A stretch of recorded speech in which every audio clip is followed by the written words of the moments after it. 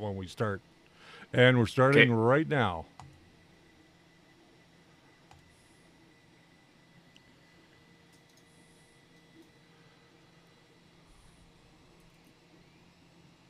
So tonight we're just going to sit and watch this. How's that for everybody?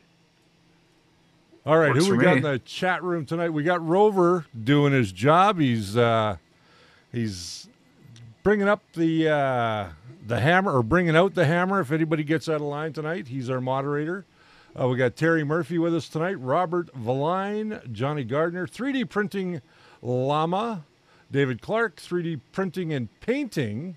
Hello, sir. We all know who that is. That's our good friend Jerry Knapp from Las Vegas. And then we've got Charlie Parker. Looks like she needs to blow her nose. 3D Medic Vince. Hello, sir. Hey, Brian. What are you doing? Hey, Richard. I just decided to leave the job site and come back for Saturday. Well, that's good, because I was going to be all alone with these I didn't come back for people you in the chat. If anything, I just came here to save the show, you know. Good idea. I'm just drinking. Sorry. I had a mouthful of alcohol. So who else we got? If that's here not a tonight? cue to roll the intro, I don't know what is. Yeah. We got One Raz. We got RT, which is our good friend Richard Taylor. Wayne Duvall, Paul Taylor, Jake from State Farm. Good evening, everybody. First, before we run the intro tonight, I want to say to you, if you haven't yet, go and check out our Teespring. That's where you can get our shirts. You can get hoodies. You can get, what else can you get there? You can get coffee mugs. You can get shirts for both you and your loved ones. Hey, there's Raymond Emsley. There we are. So, we said hello to everybody. Go check out Teespring. Make sure that if you want to get a shirt, all that goes to helping support the show. There's Big Kit 72. Welcome, sir or ma'am. I'm not sure who you are. Wow, that just came out wrong on all kinds of levels. Okay, if that's not a cue to roll the intro, I don't know what yeah, is. I think we'll just roll the intro.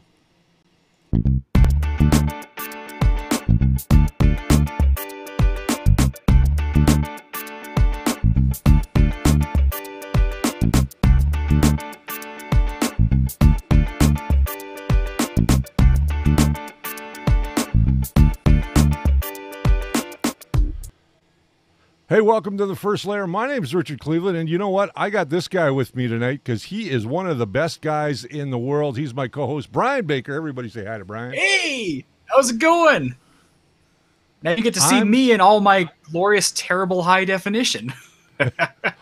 Well, for me, as you can see behind me, I'm starting to set up my painting area a little bit better so I can get things done. And yes, that is an airbrush spray booth for those that are going to ask. Jake from State Farm says he's a pickle. He's Pickle Jake. Is that where we're going tonight? Did I rush back from camp for this? So we're going to talk about your 3D printing questions tonight. We're going to talk about 3D painting, I guess. Painting your 3D models a little bit more. But first, I have to acknowledge these guys because they sent me a care package. And that's the good fine folks over at Dustin Print. Now, you guys may have seen my quick little review and demo on Dustin Print, and I have to tell you, I like this stuff. And that's really hard for me to say because, as anybody knows, I hate everything that makes your print stick to the bed other than glue stick. I don't like hairspray. I don't like... what's that other stuff? The magic goo. I don't like that stuff. I don't like, stuff that you shouldn't put on your bed. But this stuff I really like. Now, this is their packet that they sent me. They sent me a couple of them. I do have some free samples of this in the studio. So for anybody that's in Calgary, you want to come down and get yourself a free sample. If you didn't get one from their website, come on down to Spool 3D next week. And I only have 4, so make sure you get yourself a sample of that while I've got them. Now that I've got that out of the way, they are not sponsoring our show tonight, by the way. This show is sponsored by Teespring and the First Layer. Also, this is sponsored by our little Maker Coin. Let's talk about the Maker Coins first tonight.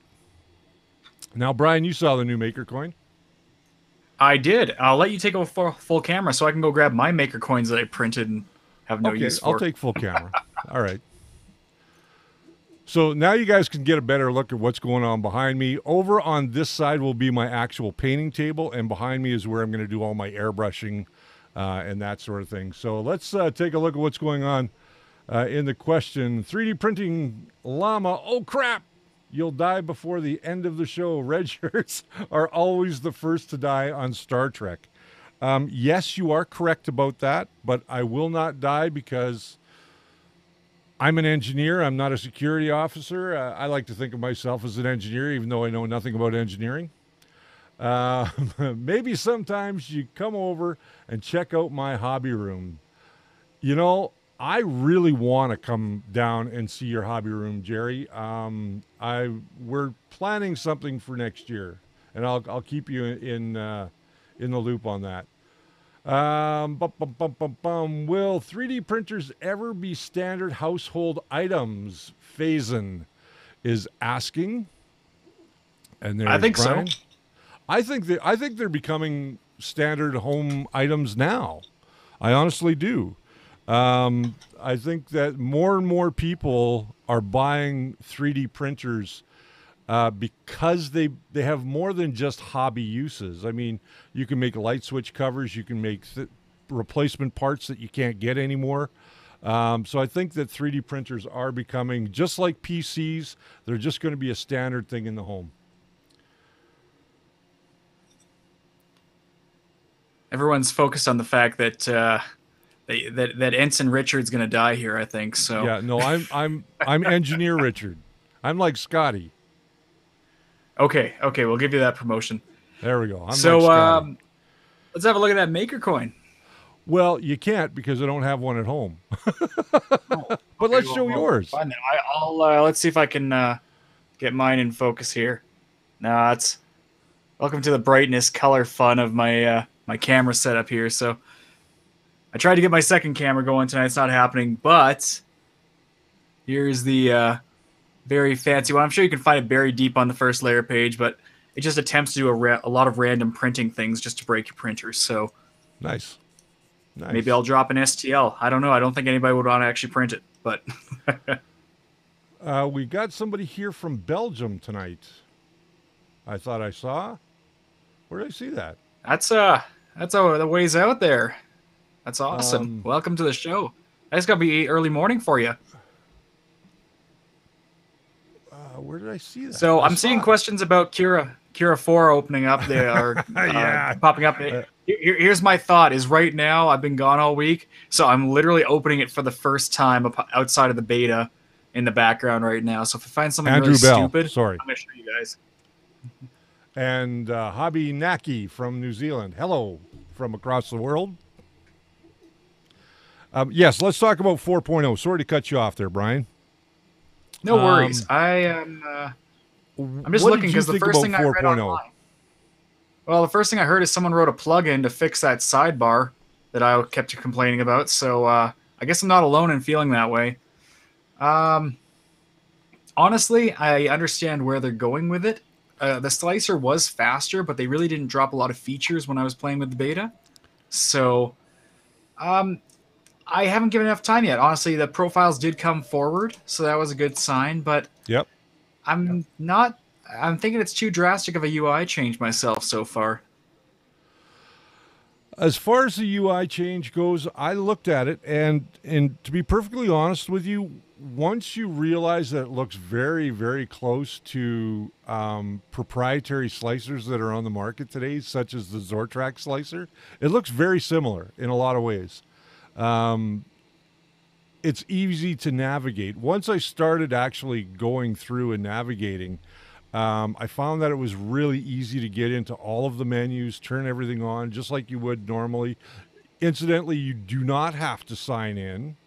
You can opt out, not sign in. You can just run it like you would normal Cura 3.6.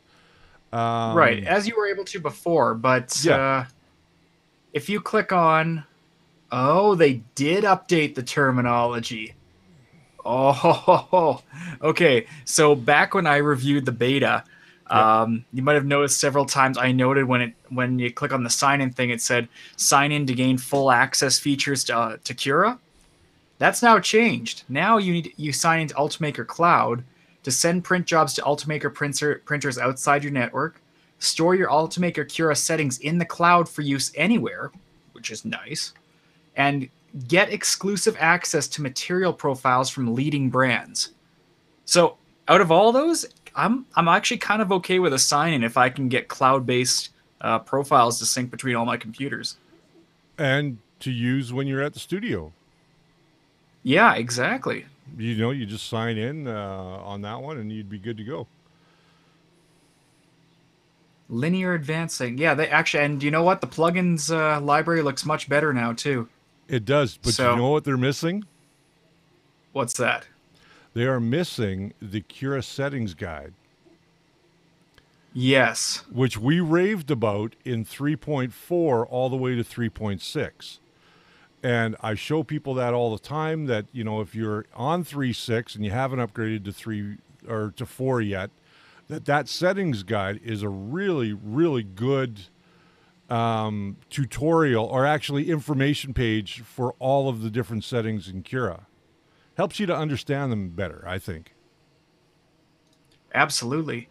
I'm just quickly looking because there is a good question note in the chat here saying I don't. Where is it here? Cura interferes with my USB ports, and yeah, it's because Cura likes to seize control of the USB serial ports on your system, which is a pain when you're trying to flash firmware. But I thought there was a setting in here somewhere where you can actually turn that off. I So think there I'm is. just looking for that. It's hidden, which is really unfortunate. So from Yeah, it what looks I'm like it's seeing, buried most somewhere. people that have it are liking it, and I think that's great. We're going to do our own little review of it as we get more into it. Yeah, But we haven't given it a time of day yet, to be honest. So no, we haven't had time to. We've been so busy recording stuff for our 3D printer build. What else we got? Oh, we have a special coming up on Tuesday. For ooh, those of you that have been waiting for my opinions on the Ender 5, tune in on Tuesday because that's what you're going to get. uh-oh. Yeah. Do I think it's worth the extra $150? Find out on Tuesday. Good answer.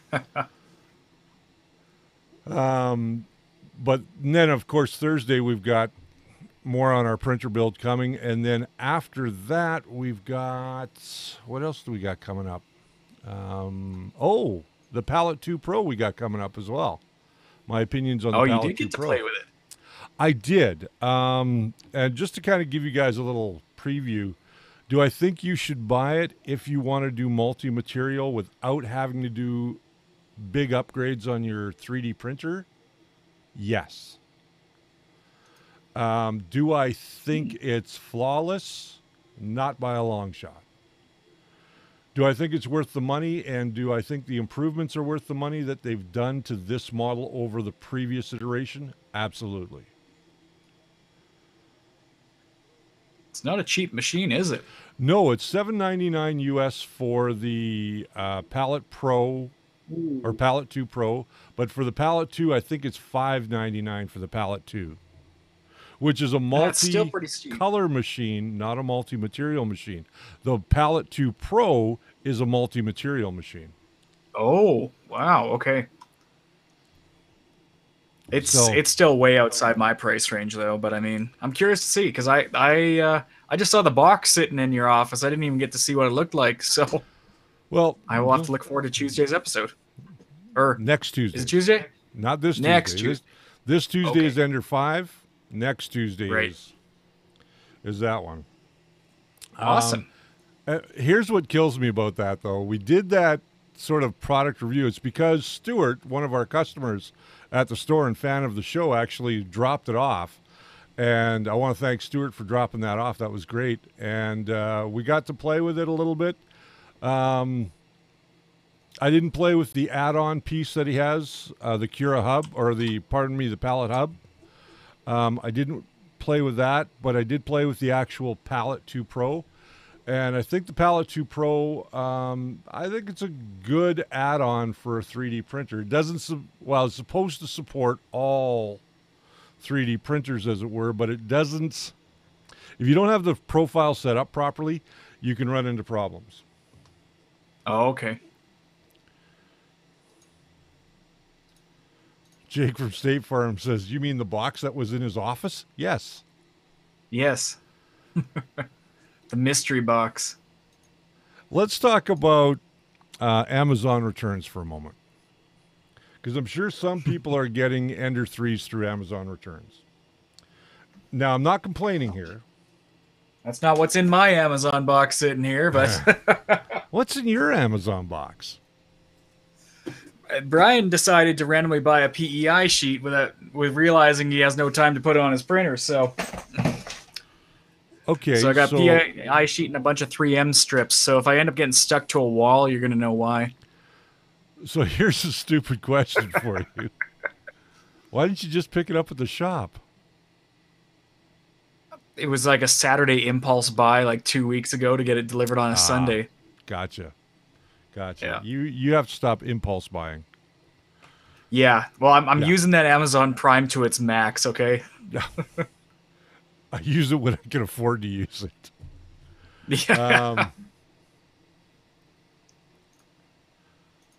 Now, everyone's harping on USB port allocation of 3D printing tools. Yeah, it's really a pain. It is.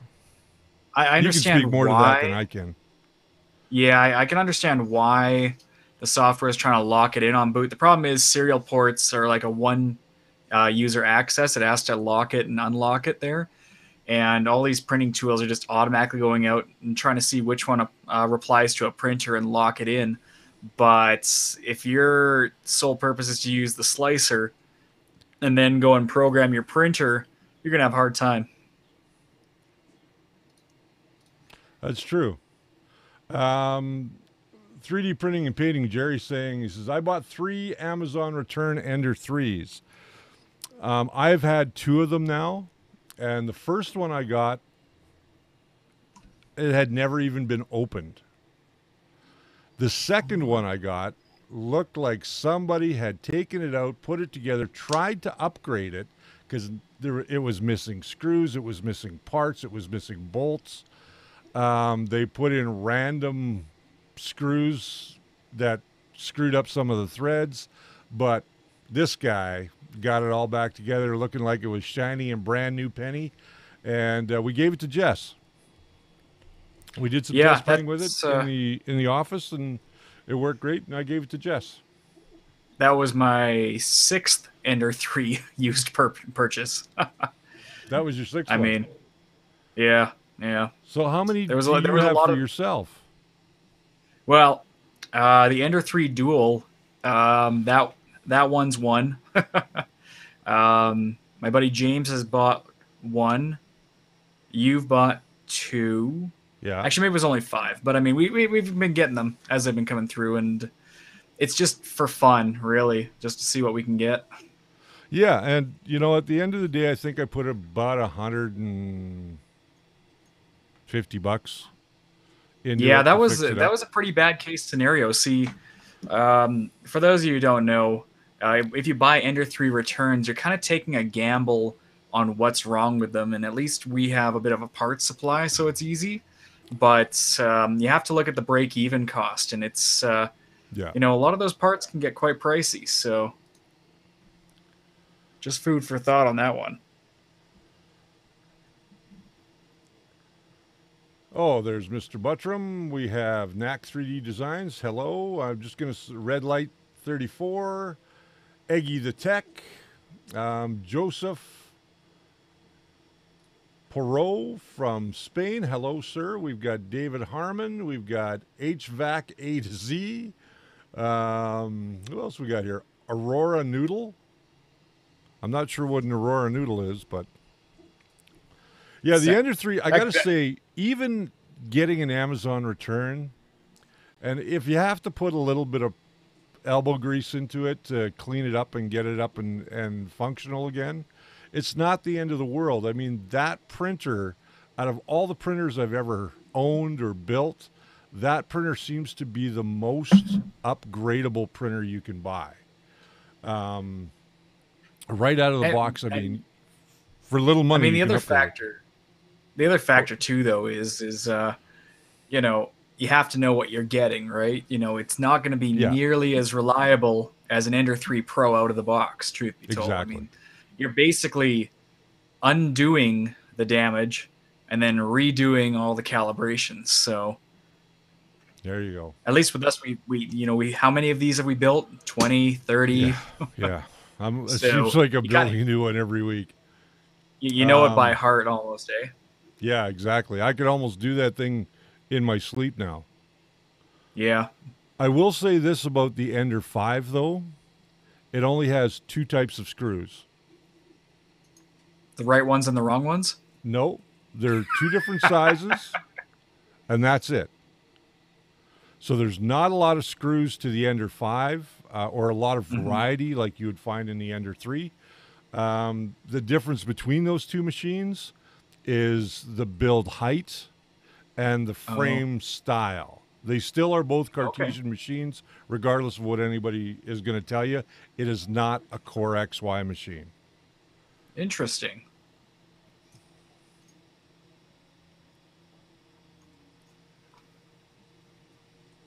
David's got to run. Have a nice evening, sir. I'm just trying to get my model to open up properly here in this Cura 4. Which model? Just a what is there? Like a Funko Pop of Bob from Reboot. Ah. Just as a quick test run on there. Are you gonna do a screen cap? I will try. Yeah. Here, let me put the camera on you. Let's see here. Which one here? I got too many cameras open here, so bear with me here. Where's my desktop? Oh, I don't have a desktop one on this. That's awesome. All my cameras are all screwed up ever since I redid my hardware this weekend. So let me just do a window catcher. No, where's display capture? There we go. Look at that. Okay, so here I'm sitting in Cura 4.0. And I was trying to get my Ender 3 to nicely load it up in the center here of it, but for whatever reason, it's putting everything off to the side with this profile, so I'm not sure what's going on. I mean, it's freezing up, it's doing all sorts of terrible things, so yeah, my impression is not too good so far. But I will keep playing with that and let you guys know how it goes as it goes. Well, yeah. Let's see. Haven't upgraded Cura since 3.3. Knack 3D Design says. John Kitchen had the 5 for about 2 months so far. All good.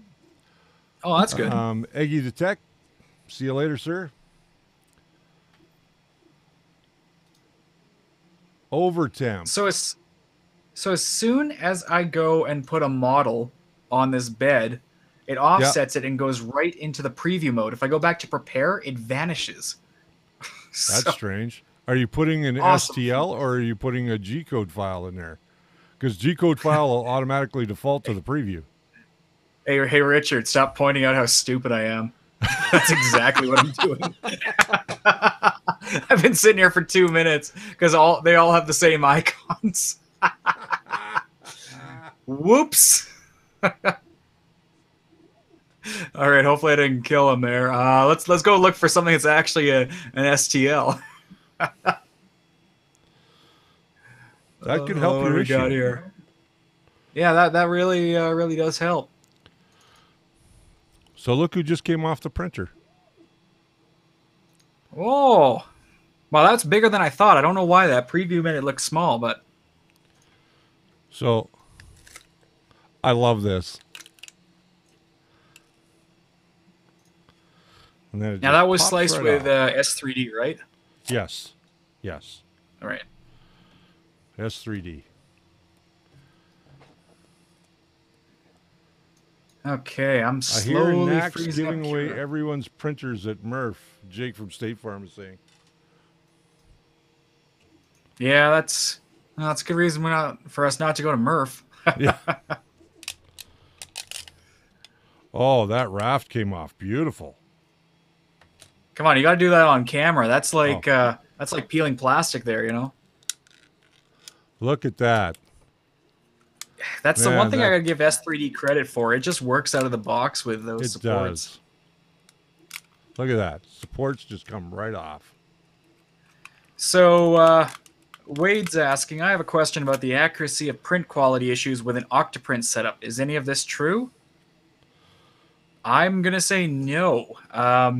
There are some issues with USB printing with 8-bit processors and how busy they are. Needless to say, you can saturate your connection to your printer, but that's not an Octoprint folly so much as it's your printer. So if you want to do a lot of Octoprint printing, I'm gonna go on a limb here and say, try Clipper, firmware because it's designed to work within Octoprint. Or if you have a 32-bit board, you won't have any problems. Hey, Ron wants to know what happened to my green screen. Well, my green screen, it is, where is it? It's in the closet behind me right now. I didn't get a chance to set up anything tonight because all afternoon I spent trying to get my new camera set up here, working first with vMix and then with OBS. So that was Were a you having doozy, issues but with vMix? no, it worked fine with vMix. It just OBS doesn't like interlaced sources. It kind of does some weird stuff. So Ah, it took us some fighting to make it work. gotcha. And you're using the T2i, right? I'm using the T2i right now. Yep. Right, from Canon. I'd bring a mirror, but it's all everything's super ugly set up right now. I'll see if I can get Gotcha. a video of the inside of my PC case here. And you guys can see my new wacky setup. But I finally got some Blackmagic SDI inputs. I actually got a quad input for an extremely low price, and then had to hit up another store halfway across the city to get an SDI to HDMI converter, and then set up the cameras and the lighting and all that fun stuff. Sounds like you had a good time. I did. I really did, and I got another one coming in tomorrow, and then we have our new capture equipment coming in on Tuesday. Ah, So I'm super stoked to see if that looks good. yeah, me too. Because we're going to be eliminating one computer from our office when we do that. Yeah, that one. For those of you who have seen the front shoulder shots, that's being shot with, what is it, like a T7i? Yep. And the quality of that camera is just impeccable. It's gorgeous, but the only way we could get it to our streaming server was through an Ethernet rebuffering software, basically. And so there's a lot of dropped frames, and it looks pretty well. It looks okay, but it doesn't look nearly as good as once you've seen what that camera can do. So we actually have one more USB to HDMI 4K compatible input coming in on Tuesday that will hopefully give us a much better quality feed. Now, I know people have asked us about doing a studio tour in the past, so we actually might be doing a studio tour here real soon, of both my place and of the studio at Spool 3D, because we've changed it quite a bit there. No kidding. I have to go back and look at the old videos to remind myself what it looks like. Like we've changed quite a bit there. We've changed a lot there, yeah. So we will do a studio tour for you guys, so you can see how we've got things set up. I'll give you a studio tour as soon as I'm finished doing the stuff here at my place. I'll have to bring in my 4K or my 180 degree camera there, and then we can actually, maybe show the different angles around the place. Yeah, that would be great. I'm picking out some support material between her lips. Oh, you're into the picking stage. I'm in Yeah, the I haven't had picking a chance stage. to print anything here. Actually, I've got a model from a very boring model, but a model from Thingiverse for it's a slot cover for the back of your computer. So if you lose those Okay. slot covers, the guy built a template for that, and I need to modify it because the Black Magic card I bought was designed for a server, and actually had further longer metal breakouts that go beyond there. So I need to design a custom bracket. Right now, it's hanging on gravity, and I'm the most shameful PC guy ever because I'm running through it right now. But it works, you know. So Wade Walker, this is my first time watching your live show. One followed your Prusa clone build up, and I've enjoyed your show so far. Keep up the good work. Well, we appreciate that, Wade Walker. Thank you very much. I want to remind yeah, you that thank we you. do have super chat turned on tonight. So if you want to support the show, that's one way to do it. Now, Canadian Maker Project. I thought you were down at Murph, or is that next Yeah, weekend? yeah. What's Ron, I thought you well, were down yeah, at Murph. Murph's. I thought Murph is coming up here, but could be wrong. I'm losing track of all these different events, unfortunately. And we are going to try to get to Murph next year. Yeah, it's just this year is unfortunately impossible at this point. Yeah. With the problems that we had with the Calgary Expo and that Yep. sort of thing. Yeah. Oh, it's next weekend.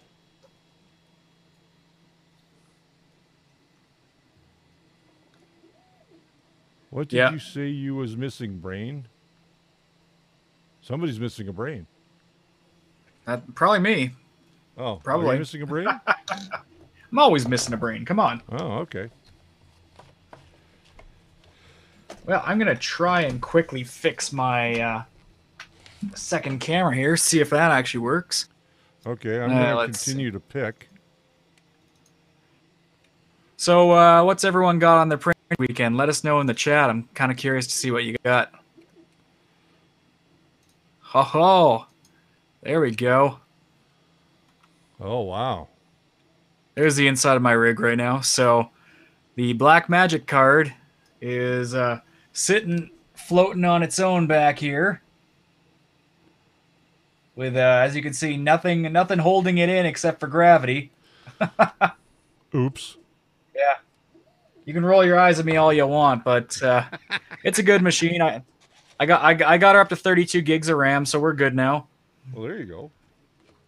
Got a little bit of horsepower in her there, but What CPU are you driving on that one?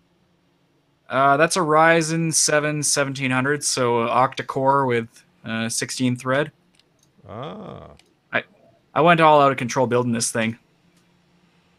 sounds like it. So yeah, this is my favorite machine, but unfortunately there's an incompatibility with my SSD, so all that seizing was a result of my SSD acting up, so had to indulge another $150 on the Memory Express sale this week, and I got a new Gotcha. SSD coming in on Monday.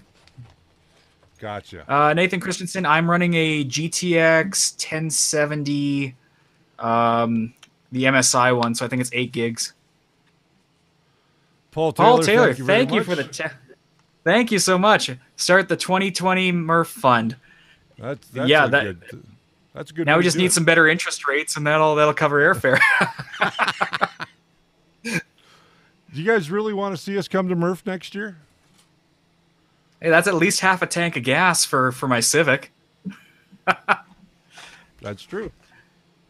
Yeah. So I have a Creality removable magnetic build surface, but nothing is sticking to the bed. The bed is level and first layer looks great, just not sticking. Miles, you're does too it far look away. shiny? It could be. Could be too far away. I think your offset's a little too high. Yeah, we'd have to see it. You'd have to show us a photo of what it looks like passing down that first layer. But take a look at, if you have some rubbing alcohol, wipe down that bed with rubbing alcohol, and that'll seep up all the grease that might have accumulated in there, because that's the number one thing with these BLTouch surfaces is it collects oils. Hello, Ken Jensen.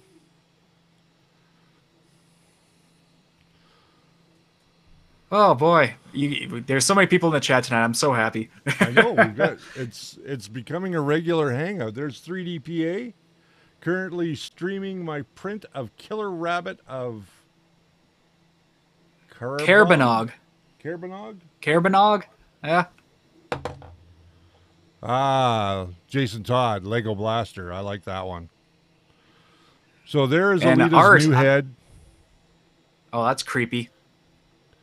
You And, almost had it lined up over your head there. Yeah, there we go. Hey, there. Wait, there we go. Oh, there you do. Oof. That's a little bit of a nightmare there. Art says I'm playing with modeling bolt threads, both internal and external, and trying to make them fit. Well, Art, you don't want to see my videos then on playing with Fusion 360 because it does all that for you. Sahaj Patel, best printer under $400. Ender I think 3. we have a common answer on that. Ender 3, yeah. Ender 3. I'm gonna say Ender 3 Pro. I'm just gonna. Yeah, Ender 3 I know people Pro. don't like to pay extra for it, but man, every little feature that thing has, it's just worth it in my books. For those of you who don't know, I have my dual Ender 3 thing, and it's getting a little bit buried, but dual Ender 3 beside me to my left, my Ender 3 Pro to the right, and in the other room is my CR10. Now, which ones do you think get the most use? Those Ender 3s. Well, it's funny because I've got a print going on the CR10S over here. I've got a print going on the CR10S over here, and I just finished the print on the Ender 3. Nice. So now I have to do something else with Ender 3. What am I going to do? Well, now that we're not printing for the convention, I think we're overdue for some practical prints. What do you think? I think we are. I also think that we're overdue for some prints that deal with cosplay. Yes. We're definitely overdue for some cosplay prints, so I think I'm going to start doing a new blaster here pretty soon. Oh. Well, I gotta show you something I found this week on Thingiverse that I'm definitely is on my next to print here, and that is this little soldering bracket. All right, let me just give you the screen. Hang on a sec. Yeah, take her on over. So this is Happy Thoughts XLR Fittings Third Hand of Death. And what this does is this is a third hand to help you solder XLR connectors and I believe 1/4 inch cables as well. It has some cool skulls on it. So so this is definitely on my next to print because I do solder XLR cables and I know several people that do. So if you want to check this one out, it's thing number 3502254. I'll post that in the chat. And yeah, let me know if you guys do a lot of soldering because there's a lot of jigs you can print just on the fly and have it good to go. I don't know what much there is to say there. I can go back to my entire collection of things to make this week. The Moe tissue dispenser is still sitting in my bathroom there. I still have to sand it and do some stuff. And the rest of it is just kind of hobbyist things. But eventually, this is I want to do the full-size Iron Giant. I want to do one of those myself. Yeah. I want to scale them up a little bit. Real quick. Yeah. Let's go look at some questions. In Cuts 4 do I use to get print head to go home when print is complete? That is a G-code setting, and it should be right in the end script of your machine, I believe. Yeah, Tom, it's a you're gonna want to do a G1 G100 or sorry G1X0Y0. That way it doesn't hammer into your print. Actually, I'd also say lift it up a bit. And if you need to go to the other direction, you need to know your bed size and move the print head all the way to the back if you want it to be printed out and sitting in the front. So if it's an Ender 3, it's what, 235, something like that? Yeah, I think so. Have you guys used any sort of wedge under the bed of your CR10 to remove bed sag? Using a mirror currently, not factory glass. I've never used a wedge under any printer. I have, of course, used mirrors, and I continue to use mirrors. We're going to be using this Dustin print here in the next couple of days after all my prints come off. We're going to put that in a jar and brush that onto both of the bed mirrors, and we'll see how that goes, and maybe we'll do a little filming of that. But you can use them. In all honesty, I don't think that they're any better or any worse than using a piece of mirror. I think mirror is going to be your best bet. You don't have to pull apart your machine. You don't have to wedge anything underneath. So just go ahead and use a mirror. That's all. That's what I would say. Yeah, I agree with you there. For BLTouch firmware, the home position when it goes to probe the Z offset is trying to probe off the bed. How do I fix that? That is a great question, Aura Noodle. I am going to see if I can pull up Visual Studio Code here real quick and show you where you adjust that. Because there's a couple of settings, and if you do it wrong, you're going to hammer into the side of your screen. So, or the side of your bed there. So, yes, and you don't want that to happen. You just have to make sure your offset's right. Yeah, I'm going to give you the... Oh, okay. So, let's take a look here. So in configuration.h, you got a whole bunch of boring code here. The biggest one is, first of all, you do have to set your offsets. Oh, geez. Welcome to Platform IO opening very, very slowly. So if we go down to, where is it here? And we have to find the offset. Where's our next offset here? Okay, so we defined our BLTouch up here. And then we want to go down and make sure the X, Y, and Z probe offsets are set accordingly to where it sits. Now, if you're using a standard mount for your BLTouch, these are going to be defined somewhere on that STL page. So take a look for those. So that will go and just define when it homes or when it does its probing, how to mathematically offset it so you're not offset on your actual bed leveling, which can become an issue. But what we want to look for is we want to go down to our bed leveling techniques. Now, I personally use the bilinear bed leveling technique with BLTouch. I just have had no luck with that UBL. So if you have, let me know, but it's been a problem for me. So when using the bed leveling bilinear, you're going to have a section under here about setting the boundaries for probing. So on the newer versions of Marlin, they actually just put in variables for you for minimum probe edge. So what you want to do is look for this minimum probe edge value, and I believe it's set actually right up here beside our offsets. So the simple answer is to make sure it doesn't fly off the bed is set the value to be greater than your X and Y offsets. So I do 25. You can even do 50 if you want to be more inset on your bed for your bed leveling. But I would say just make it probably a couple millimeters bigger than these offsets, and then for sure you'll be within the bounds.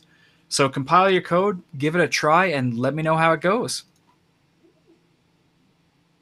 Because I've done that several times. I've crashed mine. So just to take it from me.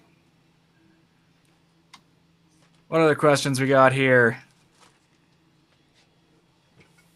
Red Light, you can send me as many PC slot racks as you want. Scrap computers, I have a lot. I do have a lot too. I actually pulled one out for this one, but as you can see inside here, I need to actually modify it. Hang on a second here.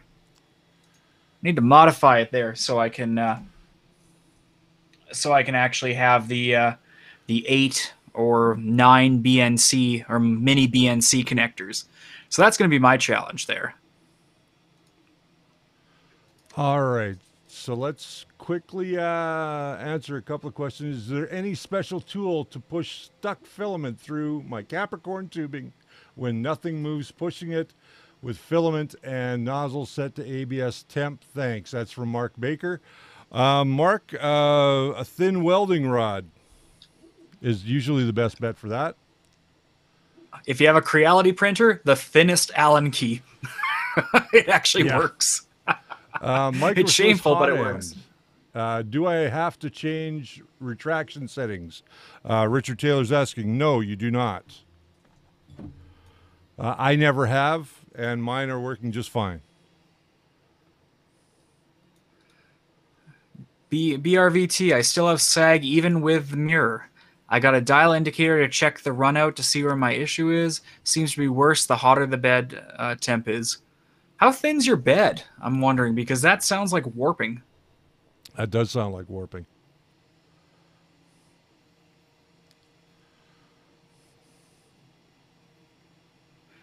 David Clark, do you have a link for the airbrush set you had last week? I'm going to correct you there because, yeah, we don't. We, as you can tell around here, we don't use hairbrushes very often. So I'm assuming you mean airbrush. So Richard, I don't have a set of those for my airbrush. I don't use them. I use pipe cleaners. I think he's just asking about the airbrush set, the actual one that you. Oh, the one that I use an Iwata. What is mine? I have to look. Mine is an Iwata Eclipse HPCS. That's what mine is. Hello to Nerd Girls 3D Printing, who likes your Star Trek shirt. Oh, thank you very much. That's awesome. I like Nerd Girls. This was the nerdiest thing I could find for tonight. I mean, I've been out in the field for a week, so my laundry was running a little low. So this is not sponsored by Audio Technica at all. In fact, I'm not running any other gear right now, but if you want to send me something, Audio Technica. And this is not sponsored by Star Trek, just so you know. Nothing sponsored by Star Trek. You're lucky you're not getting sued right now. That's true. That's true. So, for those of you guys that have been interested in seeing me paint more and go into more in-depth painting tutorials, I am going to start recording a bunch next week. We're going to be over here. I'm bringing cameras over. We're going to set it up, and then you guys will get to see. I'll just do very interesting painting tutorials, but those will only be available on Patreon. After about 3 months or so, we'll condense them down and put them over on YouTube. So they'll only be about 10-20 minute shortened downs, because painting something like this, we'll just use Leia as an example. Painting Leia, I'm already, I think I'm already about 12 hours into painting her, 12, 14 hours into painting her, and I'm not even remotely done yet. So. But it's been fun to watch the progress because, at first I'm like, ugh, so. Yeah. It's good to see there's a process that leads you up to that, There is, yes. And I think that at the end of the day, people want to see more of that. So I'm not only going to show how to do figures, which is probably my main thing, but I am going to show how to build some dioramas as well. I've got a diorama I want to build for some of my 6-inch Star Wars figures.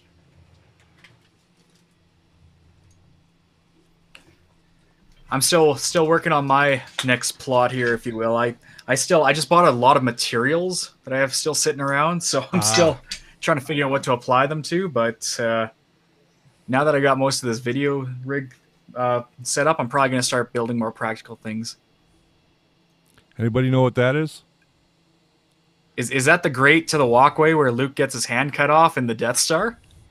No, this is actually a wall from the Death Star. Oh. That has a piece of white. You were close. It's from the Death Star, and what you're thinking of is the walkway on Bespin.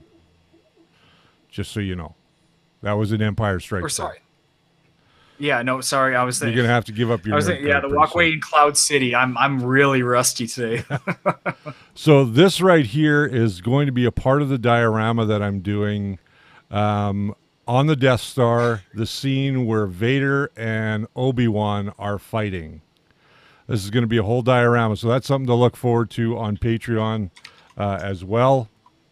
We've had some great people just stay on Patreon while I've tried to organize things and get things going. And man, I apologize to all you people that are on Patreon waiting for me to do something. I am going to get more stuff done. We are starting next week to record a whole bunch of stuff. So you guys are going to see a lot of that. Now, I wanted to see Charlie Parker, is the Micro Swiss hot end worth it for the CR10S Pro? I think the Micro Swiss hot end is worth it for any CR product or any Creality product, to be perfectly honest. There is a Micro Swiss upgrade for the Pro. It looks very similar to the one that goes on the Ender 3, the Ender 5, and onto the CR10S, or 10S and 10S4 and 10S5. The only thing is it's a little longer. The reason I think that it's a good upgrade, and I think it's the first upgrade you should do on any of the Creality printers, is because it allows you to do different material other than PLA. So if you want to go to PETG, you now have the ability to go to PETG, because the stock hot end just is not set up to go to anything but PLA. And to boot, you know, this is something I learned very early on with my first proprietary 3D printer. The sooner you can switch out that hot end, the better time you're going to have, because those hot ends, you're going to go and get a big gunk ball on it, and then you have to replace parts. And you're going to find, especially in the case of the CR10S Pro, the OEM parts actually cost almost more than the Micro Swiss.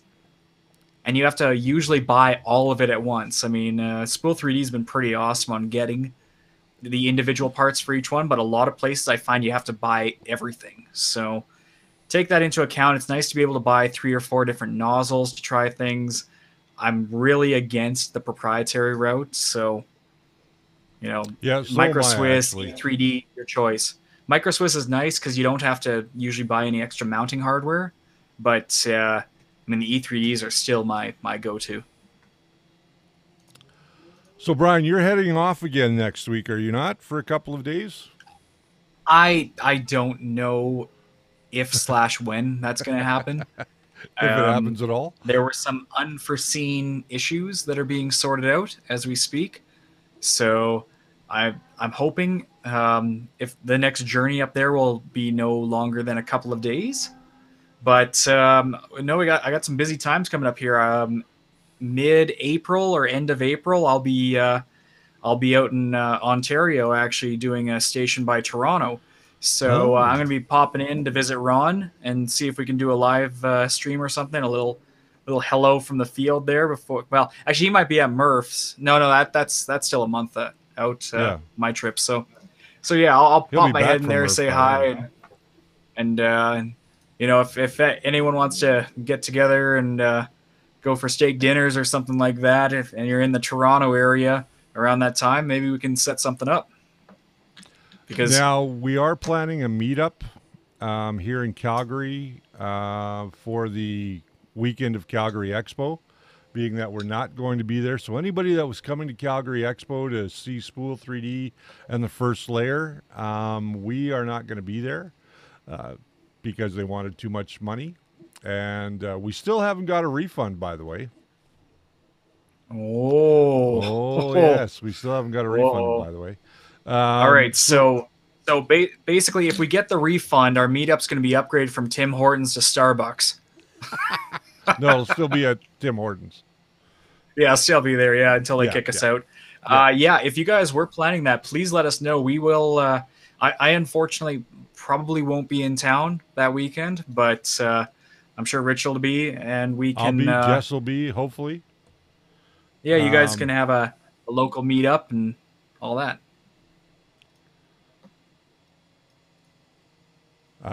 So Nerd Girls 3D Printing's asking you a question. I think you have a fan. Yeah. Uh-oh. I don't need fans. I like to hermit myself. There you go. What was the program on the TV in the background of your live streams? You said it was something. Which program? Because I don't usually have a TV behind. If you mean with the green screen there's a couple different ones. The design program I'm using usually is Fusion 360, and then my My slicer is usually Cura, occasionally Simplify 3D, but I try to avoid that one because not a lot of our viewing audience tends to use it. That's right. Q&A from BRVT1000. Can too low a hot end temp cause poor layer adhesion? Absolutely. I always recommend that when you get new material, doesn't matter if it's from the same manufacturer or not, do a temperature tower. And if you're unsure how to do a temperature tower, go back into our back catalog and have a look, because we have a whole episode on doing temperature towers. And I think that might be... I think we should update that one now I that we think we have should Cura, too, Cura yeah. 4. Yeah. So, Jason Todd, I actually have an answer for you, and the answer is Tuesday's episode. So I'm going to post a link in the chat there. Last Tuesday, yes. Yeah. Where I covered the 3 most common Marlin issues I encounter, which number 1 is the Sanguino board. So have a look at the link I posted in the chat there if you guys haven't checked that one out yet. The video covers the Sanguino issue, the U8G Live issue, and starting numbers. 3D Printing and Painting says, I run all PLA at 210, 60 works for me. That's exactly what I do, run mine at 210 and 60, and it works perfectly for me on all of my machines. Oh, Gary's asking, what is Visual Studio Code? I remember someone had it in their background. Maybe that's what you guys are referring to. So I'm just gonna let me see if I can switch over to my Visual Studio Code here on one of my screens. So Visual Studio Code is Here, let me go. This is just my my choice right now because I compile Marlin 2.0 often, but Visual Studio Code is just what they call the IDE, the Integrated Developer Environment. But the inside portion that I'm using is a program called Platform.io. So Platform.io is a much more versatile programming environment for Arduinos and other programming devices. You can see it. It's meant for ARM bed, Atmel, everything. But the big one is Arduino. And when Marlin 2.0 finally comes around, it's actually encouraged for you to use Platform.io over the Arduino IDE. It compiles quicker, it gives you better errors, better bug tracking, and so forth. So I'll be putting together a video in the future on how to use it, but if you simply Google up Platform.io, do install now, you can choose between VS Code and Atom. Atom was the older compiler, and it's a bit more universal for Linux and all that stuff, but Visual Studio Code is a Microsoft product, so you know it's going to compile quite a bit nicer and more stable than a custom development. So if you want to try it out, if you have any questions, basically post it on the Facebook group in the meantime, and then we'll eventually put together an episode. But as you can see, everything is nicely syntaxed and highlighted. I can search for values all over it. And then when I build, I just have to remember what printer I was actually building this for. I can't remember. I think this is for my Ender 3 Dual. I should have a Platform.io icon down here too. This is the awesome bugs with Visual Studio Code. This is why it takes some time to learn it. But with Platform.io, you can go ahead and build it for any board type quite rapidly. So we'll cover it in the future closer to the Marlin 2.0 release date, and yeah, we'll have fun with it at that stage. Chat tonight. The one and only Mr. Chris Riley from Chris's Basement. If you don't know him, he's got a YouTube channel right here on YouTube. Go check him out at Chris's Basement or Chris Riley and give him some love. He's a great guy. He's got a lot of great information. He does a lot of great videos. It's nice to have Chris Riley in the house tonight. Welcome, Chris. Yeah, I tend to catch you just as you're going out the door there. The 3D printing community. I think, Chris, you're Canadian, aren't you? If you're down in that Toronto area, maybe we'll have to seek out your basement, bring some beers. But yeah, we're the lone broadcasters in Western Canada. I feel like I haven't found another 3D printing channel out here. We are. So we're kind of lonely. We're not complaining because we get, I guess, all the popularity for whatever Western Canada is classified as, but Aren't we classified as a place that doesn't do anything with oil anymore? we're just that lone shed in the middle of the desert. Yeah, that's it. Something So to do nerd, with writing the menu program for 3D printers. I cannot see it so well. It looks a bit like web page code. Yeah, that's probably Visual Studio Code behind me there, and yeah, it works great. It's just it does have a bit of a steep learning curve, and that's why I think I'm gonna get something out for you guys soon. there we go. So, what else we got going on coming up? We've got well, Tuesday we're doing the Ender 5. So you guys want to maybe check that out. Check out my old man personal opinions about the Ender 5. Um, he says, "Hey, thank you, not Canadian. I'm a Midwesterner." Oh, okay, all right. So then we gotta send you some maple syrup then. Yep, we do. Yep. I think we'll have to send him out some maker coins too. Absolutely. So, Chris, unfortunately, So we are not coming to Murph this year. We're a little too late to get in and travel arrangements and that sort of thing. But we are working on getting to see you guys next year, hang out with you guys. Maybe we might even do a booth while we're down there, or just go down and cover the show and have fun and show you what Canadians are really like when we get drunk. oh, so I'm getting a lot of questions about my flashing overheating light, which looks a lot like the Octoprint flashing light. Okay, so because I'm low tech here, I'm going to use my screen that I'm using for my teleprompter build. But if you can see here, I have a Canon T2i camera mounted right in front of me with this nice bright light. And yeah, this is an HDMI feed coming right out of that lovely old Canon T2i. It's on preview mode. It's running Magic Lantern to strip down all the features and all that. It's working great so far. The visuals are great, but yeah, it's constantly giving me the overheating warning right now, and it's closing the shutter after 30 minutes. So I still have to find the settings. I had like an hour and a half to get this going today versus my regular 920 webcam setup. So let me know if you guys are liking the video quality here, because we're going to have a lot more adjustability this week in the studio, and you might see a boost in the video quality there too. Yes, absolutely. Chris Riley, you'll be missed at Murph. Well, we thank you. We don't want to miss Murph, but we just don't have much of a choice. We'd love to go to Murph. Yeah, Do you folks it's change your bed leveling gap to correlate with print layer heights? Not. I don't often do that. The only time I change that is when I'm changing from PLA to PET-G, just because PET-G just needs a little bit more of a gap. Otherwise, you'll never get it off your bed. And if you do get it off your bed, you'll take chunks of glass.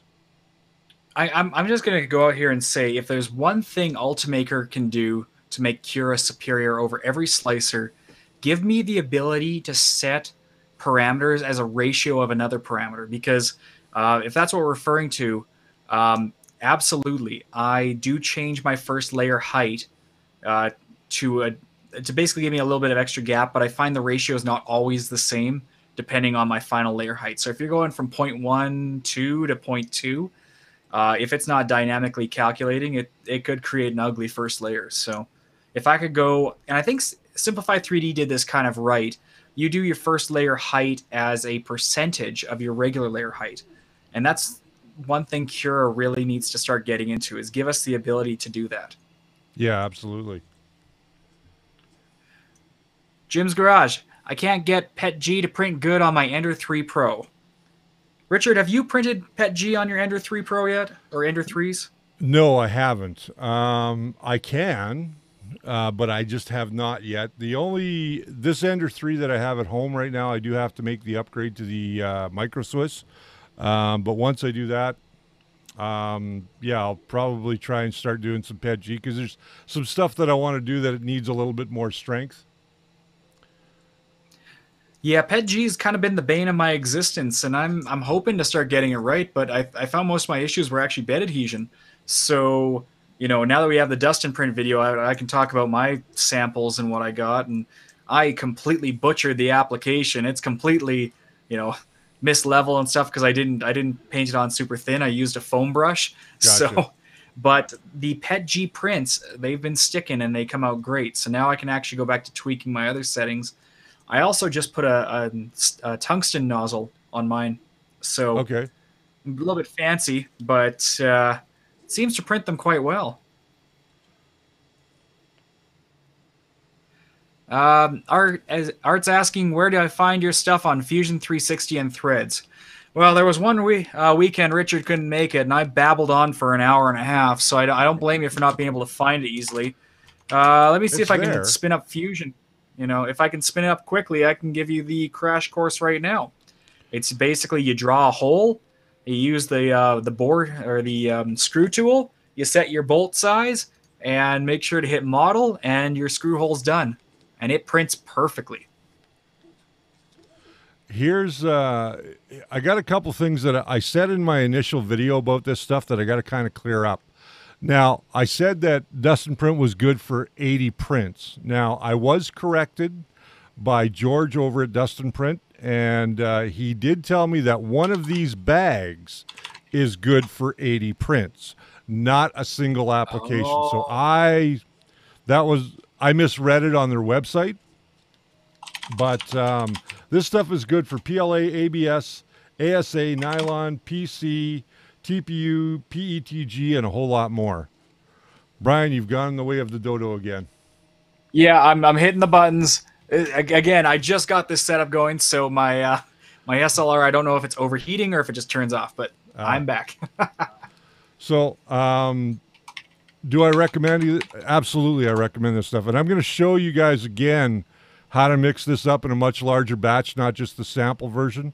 I do want to reiterate, because we are over our 1 hour limit here, that if you're in the Calgary area and you come by Spool 3D, I have 4 samples still remaining out of the 6 that they gave me. And the first 4 to come in, you'll get one of the new maker coins that we did and a sample of Dustin Print. All right, so I think I got Fusion up here, so I can give my quick weekly lesson, Okay. my boring weekly lesson here. So here's an object I've been designing, and this one here is just a motor mount for the top of your Z gantry on an Ender 3. That way you can mount a motor sideways, basically. In my case, it's the extrusion motors. I put them on the top there. So let's say we got a hole down here, and I've pre-drawn it for like a M3, M3.5 or so, but I want to make sure I actually have my threading in there.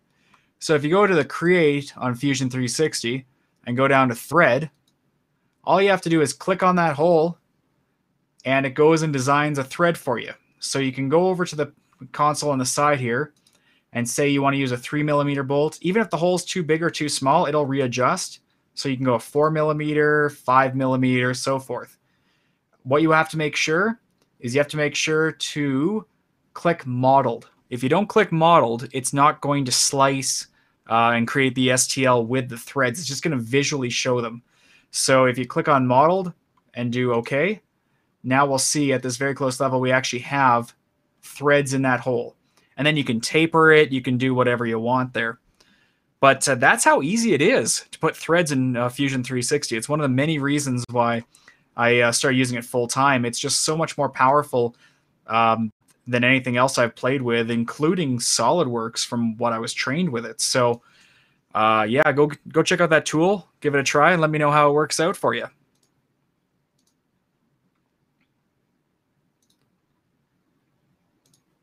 Now I just got to fight with all my windows here. There we go, and you can see my blinking temperature gauge too.